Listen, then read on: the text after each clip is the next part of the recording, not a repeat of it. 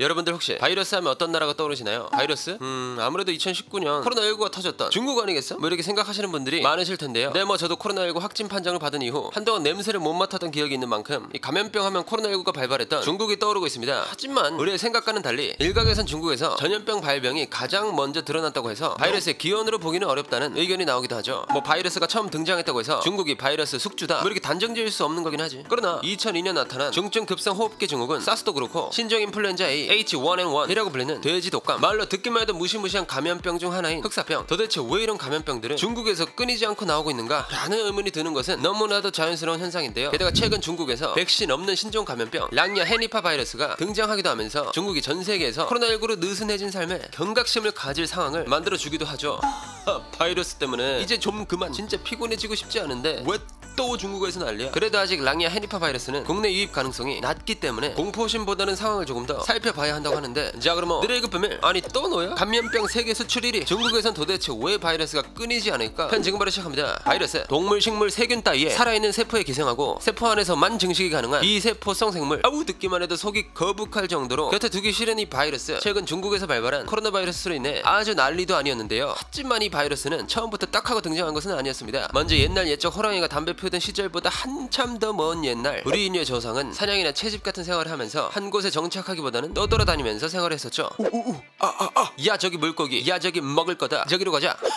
막 귀찮아, 왜 이렇게 뛰어다녀 교양없게. 자 이거 물가에 던져놔. 이게 통발이라고 하는 건데 던져만 놓으면 알아서 물고기 들어갈 거다. 야 이 게으른 자식아, 좀 움직여라 임마. 가만히 있으면 먹을 게 똑 하고 나오냐? 그래도 일단 한번 믿고 던져 놓을게. 자 그럼 이제 쌈 싸 먹을 거 좀 캐러 가볼까나. 야 같이 가. 이렇게 사냥이나 채집을 통해 식량을 얻고 먹을 게 다 떨어지면 먹을 것을 찾아 또 움직이게 하니까 바이러스와 밀접한 접촉이 많이 없었다고 하죠. 물론 이때도 사냥을 하면서 죽은 동물을 만질 때 동물이 가지고 있는 병이 사람에게 침투해 병을 일으키긴 했습니다만 그 병의 숙주가 인간이 아니었기 때문에 전염성은 없었다고 합니다. 그런데 이 인간은 적응의 동물이라고 하잖아요. 아니 맨날 먹을 것을 돌아다니면서 사냥하기도 귀찮아지기도 하고 이제는 그냥 정착해서 먹을 걸 만들어 먹기 시작하는 거야. 그렇게 시대가 발전하면 발전할수록 인간은 이제 한 곳에 정착해서 농사도 짓고 동물도 키우고 하면서 농경사에 접어들게 되죠. 그런데 이 한 곳에 정착했다는 건 한정된 공간에서 모든 생활을 한다는 거잖아요. 그렇게 되면 뭐 사냥하면서 먹은 동물의 가죽이나 뼈다귀 같은 쓰레기도 나올 거고, 뭐 가축을 키우면서 나오는 배설물도 있을 거고, 또 죽거나 먹을 수 없는 생명체나 식물들이 한 곳에 쌓이면서 이 바이러스라는 무지막지한 놈이 인간과 함께 생활을 하기 시작하게 됩니다. 근데 이 바이러스라는 게 좀 세, 아니 좀 많이 강력해. 막 그런 거 있잖아요, 돌연변이다 뭐다 그런 거. 그렇게 인류가 발전하면서 바이러스도 같이 사람들과 함께 쑥쑥 자라게 되고, 이런 바이러스와 사람들은 서로 접촉하는 시간들이 많아지게 되면서 가축을 숙주로 했던 바이러스가 인간을 숙주로 삼는 기능을 획득함과 동시에 전염병이 시작되었죠. 그리고 우리는 현재 이런 바이러스가 전 세계적으로 크게 유행하는 현상을 팬데믹이라고 하는데, 가장 대표적으로는 현재 우리가 겪고 있는 코로나19도 있었고, 최근 중국의 산둥성과 허난성에서 신종 랑야 헤니파 바이러스가 등장했다고 하죠. 아니 도대체 중국은 왜 이렇게 바이러스가 많이 나오는 거야? 이 부분을 좀 더 명확하게 하기 위해선 이전 우리의 인류 역사상 가장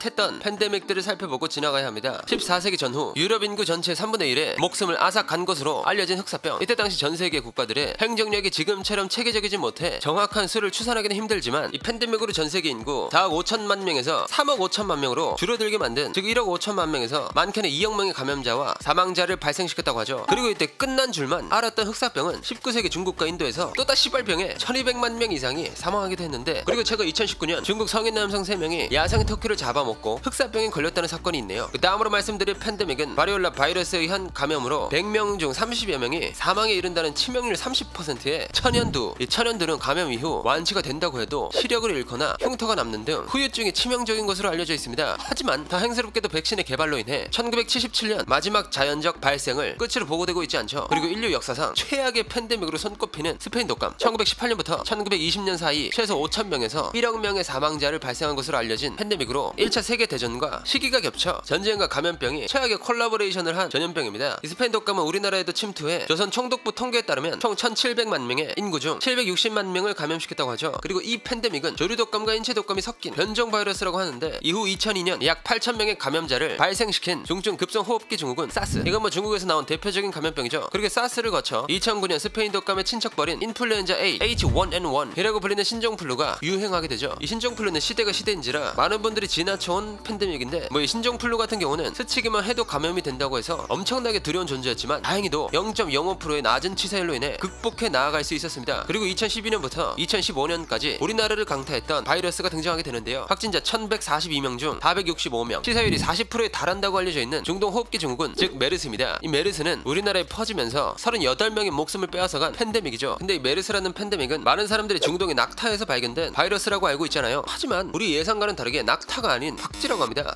박쥐? 이거 뭔가 이상한 기운이 도는데? 박쥐라고 하면 사스, 메르스, 코로나19? 네머 박쥐와 연관이 되어 있다고 하면 이 중국을 빼놓을 수가 없는데, 근데 이 박쥐가 아주 강력한 놈인 게 지금까지 알려져 있는 박쥐 종류만 1200여 종이 넘는다고 하거든요. 또 극지방을 제외한 전 세계에 박쥐란 놈들이 살아가고 있는데 이 자식 별명이 바이러스 저장고야. 그런데 이 박쥐는 기본적으로 체온이 높아서 바이러스가 있던 말던 상관이 없고 또 자기들끼리는 바이러스가 안 없는다고 하죠. 그리고 여기서 중요한 건 박쥐는 야간에 굉장히 많이 비행을 한다고 알려져 있습니다. 해가 지고 활동 시간이 오면 최대 350km 이상의 장거리 비행을 한다고 하는데, 바이러스를 가지고 이렇게 오랫동안 곳곳을 누비면서 비행을 한다? 이건 그냥 엄청난 사고지 사고. 박쥐가 벌레 같은 걸 잡아 먹어주는 건 참 고마운데 이렇게 무서운 구석이 있었네. 근데 중국하고 박쥐랑은 무슨 관계야? 라고 물으신다면 다들 아시다시피 중국 일부 지역에선 박쥐를 먹는다고 합니다. 이런 말 들어보셨을지 모르겠지만 중국에선 4발 달린 것 중엔 책상 빼고 다 먹는다, 이런 말이 나올 정도인데 뭔들 못 먹겠냐고. 니하오, 여기 박쥐고기 한번 먹어보라 해. 맛이 아주 별미다 해. 그럼 한번 먹어볼까요? 아니 박쥐고기는 좀 아닌 것 같아. 그렇다면 박쥐고기 말고 여기 먹을 거 많이 있으니까 한번 골라보라 해.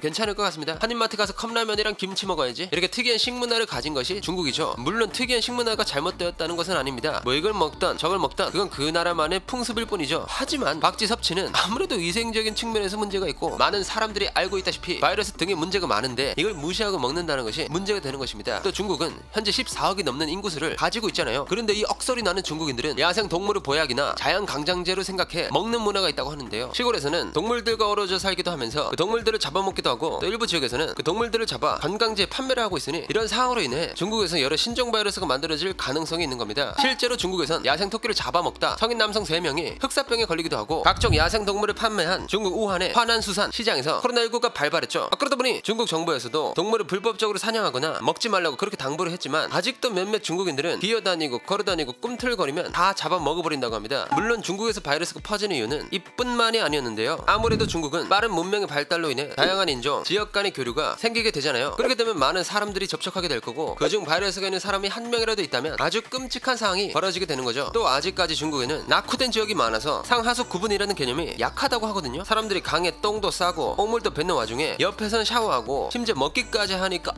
이런 상황이기 때문에 전염병에 대한 노출이 어마어마하게 높아지는 것이겠죠. 결국 이런 문화를 가지고 있는 중국이다 보니 2019년 전세계를 강타한 코로나19가 등장하게 된 거고, 그 결과 2022년 8월 말 기준 전세계 누적 확진자는 6억 명, 사망자는 600만 명을 넘어서면서 안타까움을 자아내고 있습니다. 그리고 최근 백신 없는 신종 감염병 량아 헤니파 바이러스라는 것이 등장하게 되었죠. 이 량아 헤니파 바이러스란 사람과 동물 모두에게 전파가 가능한 인수 공통 바이러스라고 하는데, 연구자들 말에 따르면 주로 두더지 같은 작은 포유류인 따쥐류에서 발견되었다고 하죠. 그러다 보니 과학자들은 따쥐류가 량아 헤니파 바이러스의 자연 숙주일 수 있다고 보고 있습니다. 또 헤니파 바이러스는 치명률이 최대 70%에 이를 정도로 치명적인 것으로 알려져 있는데요. 아니 따쥐류? 그거 우리나라에도 많지 않아? 어떻게 큰일 난 거 아니야? 라고 생각하실 수 있겠지만, 이번에 발견된 바이러스는 아직까지 큰 전파력을 보이고 있지는 않다고 합니다. 실제로 2018년부터 지난해 8월까지 총 35건의 감염 사례만 있는 것으로 조사가 되었고, 아직 감염자 중 사망자는 발생하지 않은 것으로 발표되었죠. 이 바이러스는 중국의 산둥성, 량아 지역에서 발견된 것으로 감염된다면 발열, 무기력증, 기침, 거식증, 근육통, 메스꺼움 같은 증세를 보인다고 합니다. 이로 인해 중국과 싱가포르 연구진들은 이런 이야기를 했습니다. 이 전염병에 대한 백신이 없는 상태일 뿐만 아니라 치료 방법이 없는 상황이지만 아직 치명적이거나 심각한 상태가 아니기 때문에 공포심을 가지기보단 경계심을 가질 필요가 있다. 물론 우리나라 질병관리청 또한 이 바이러스에 대한 것을 모르는 건 아닙니다. 국내 유입 가능성은 매우 낮지만 모니터링을 진행 중이라고 하죠. 그리고 우리는 이제 코로나19라는 아주 강력한 팬데믹을 겪은 인류입니다. 그러다 보니 지역 사회나 정부에서 철저하게, 아니 만약 철저하게 전파를 막는다고 하더라도 이 감염병은 언제 어디서 발생할지 모른다는 것도 잘 알게 되었죠. 때문에 우리는 개인 스스로 면역 증강을 위해 노력해야 합니다. 가장 기본적인 손 씻기, 예방 접종, 영양 관리, 적절한 운동과 휴식, 그리고 충분한 수면을 취해 주시는 건 어떨까요? 자, 그럼 우리 인간이 바이러스를 정복할 수 있는 날이 하루빨리 다가오기를 바라면서 오늘의 1급 비밀 마치도록 하겠습니다. 다음에 또 다른 이야기를 담은 소리요 1급 비밀 파일을 들고 다시 찾아오도록 하겠습니다. 감사합니다.